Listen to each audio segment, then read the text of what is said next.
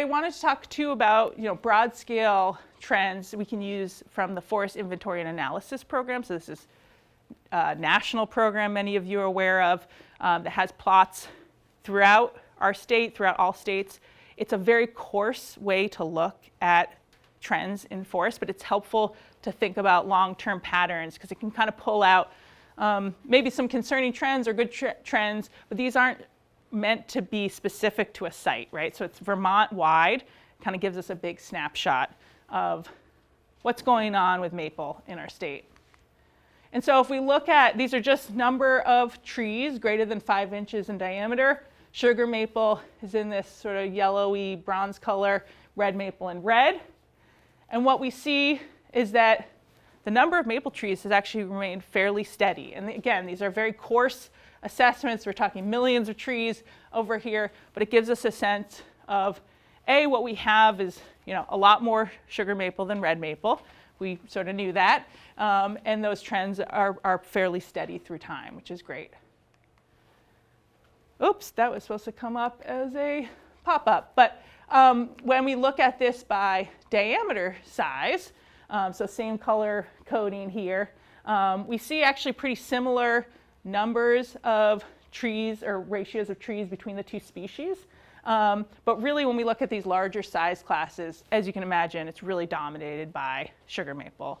And so that's a combination of us managing for sugar maple for many years, and also a little bit of a factor of sugar maple is a more long-lived species compared to red maple, and so it's more likely to achieve those sizes. But we do have quite a lot of red maple in these sort of smaller to mid-sized classes, which if you think in the future, some of these are tappable, and there's quite a lot of trees of this other species that are tappable in the landscape. Oh, yeah, well, that didn't work.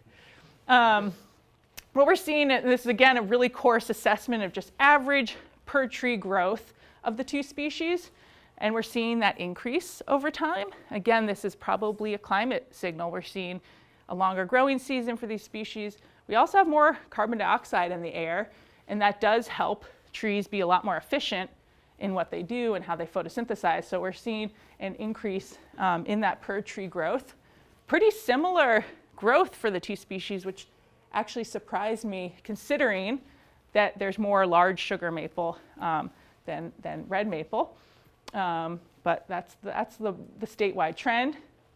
When we look at saplings, so these are trees between 1 and 5 inches, fairly steady. Again, we have sort of that same gap that there's way more saplings of sugar maple than red maple. And so this is really great to see that we do have a lot of saplings of sugar maple on the landscape, because those are going to be our future trees.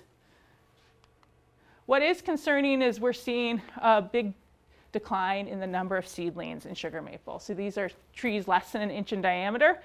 And while red maple has been very steady over time, there's a pretty significant drop in the number of seedlings that we're observing at these plots. And again, this might not relate to one specific location. These are statewide patterns. About 1,400 plots we have, well, a little less than that, that are actually forested. And so, this points to something's going on. What is affecting sugar maple regeneration to cause these declines? Luckily, we do have that good sapling class. Like I said, those will be the future trees, but we always want to be thinking about the future forest, and especially in light of climate change.